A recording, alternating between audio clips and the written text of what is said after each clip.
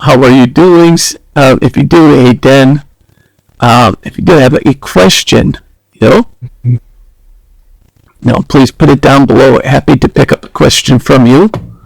If you have a question, hey, thank you for the likes. Hey, RVP. So if you're just trying to do like the feed, please like, please share, and please follow. It is. That's very correct, BMR.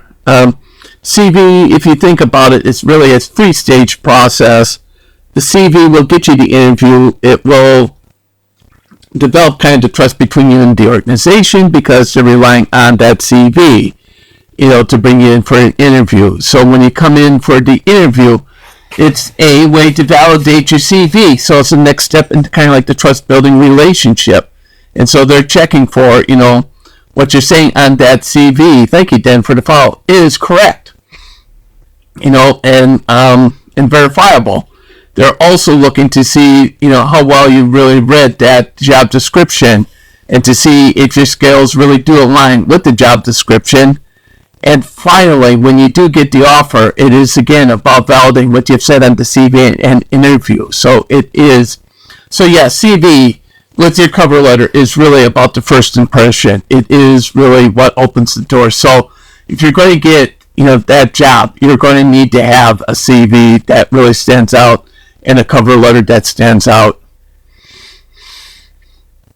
And the best way to get it to stand out is to ensure that your skills align with the job description and that what you put onto your CV and cover letter aligns.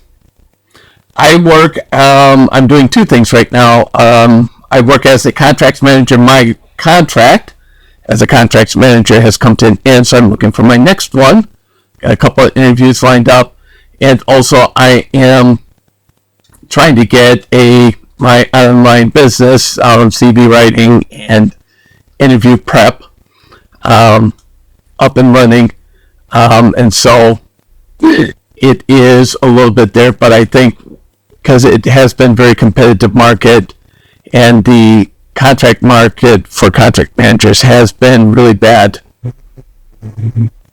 I do use Indeed to a certain extent. I'm more LinkedIn.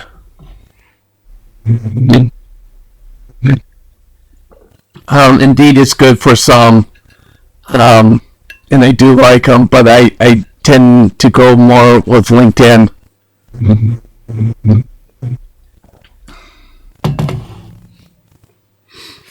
So,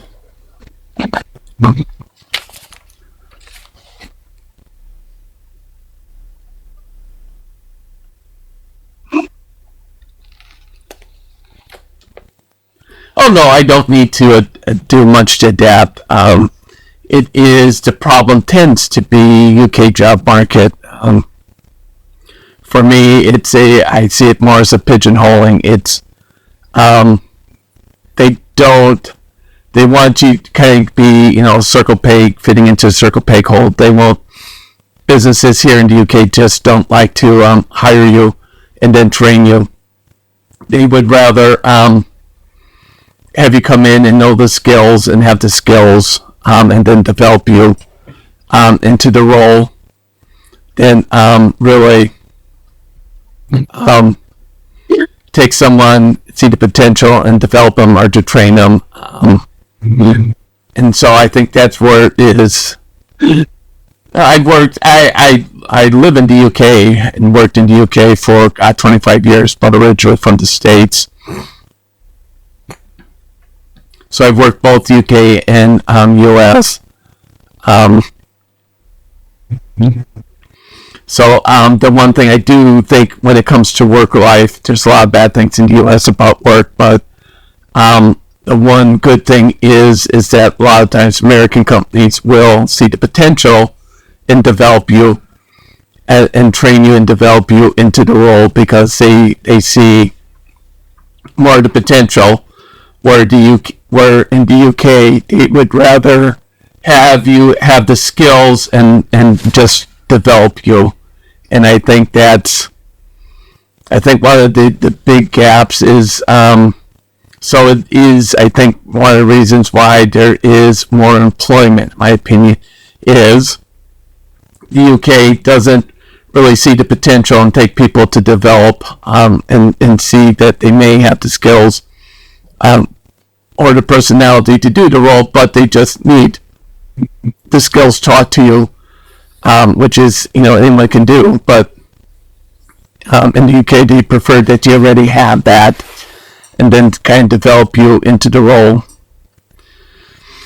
which is, I think, kind of a cost-saving measure, but I think that they miss out on a lot of potential talent. And I think if by investing, people do keep, workers around for a lot longer.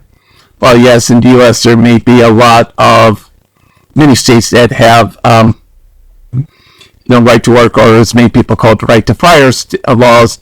A lot of times companies will spend the time and effort to really develop you and to keep you and to train you and really bring you on board. Whereas I think the UK, for lack of a better word, will see you as more expendable and